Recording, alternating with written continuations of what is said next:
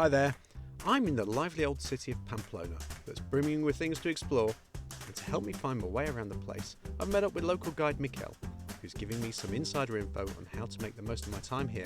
Hi Mikel, so where are we?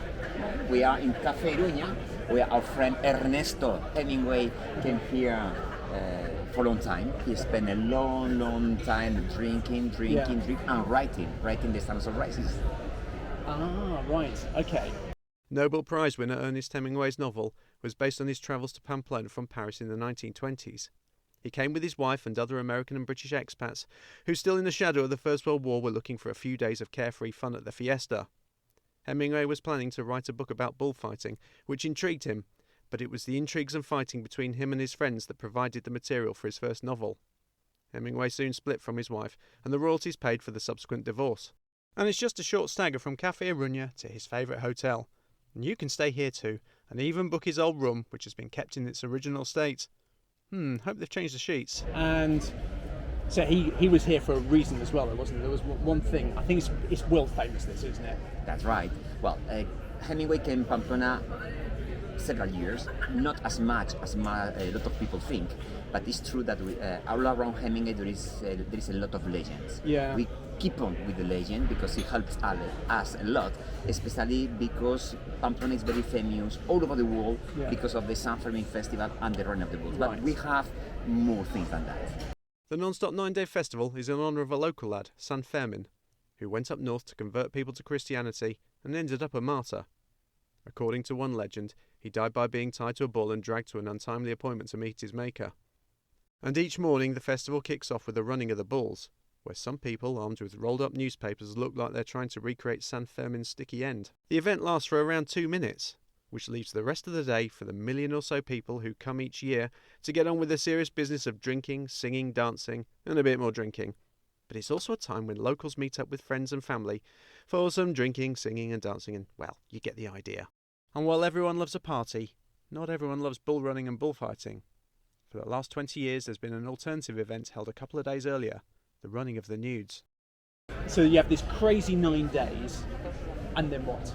And then what happens after? What happens when the festival's over? We take a rest. Yeah. We take a rest and we enjoy a small city, very convivial, very friendly, with a lot of history.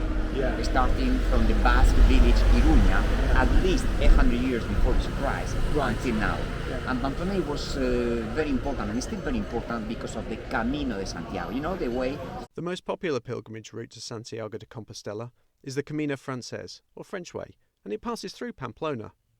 It's been growing in popularity year on year, with hundreds of thousands of people from all around the world taking to the 800-kilometre route by foot, bike, or even on horseback. That the number of people getting through Pamplona is unbelievable, and that is very important nowadays. But imagine what was on the medieval times. It was really, the Camino changed the history of Pamplona. Right, yeah, okay.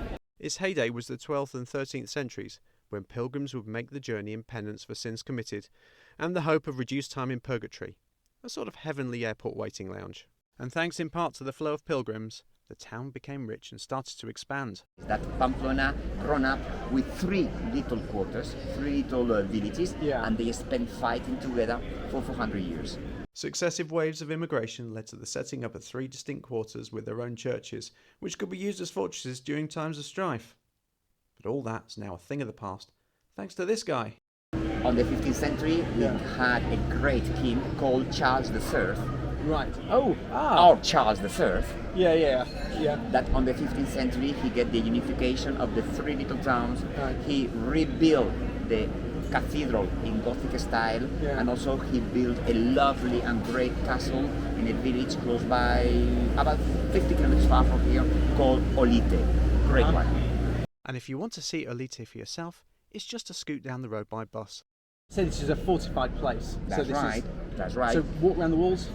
Well, but the walls, they are not medieval walls, because from the 16th century, Navarra and Pamplona became into Spain, and the enemy was France, and they were using guns. So the old medieval walls, they were not strong enough to defend Pamplona, so we rebuilt the walls from the 16th to the 18th century.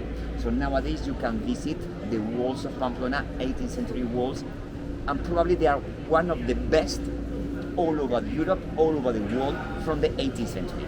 And you can do as the locals do and go for a passeio around the walls, or loaf around the adjoining parks and take in the views of the hills leading to France.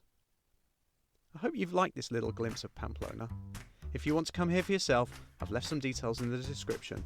And while you're here, why not get in touch with Mikel, and he and his colleagues can help you get to know Pamplona better. Cheerio!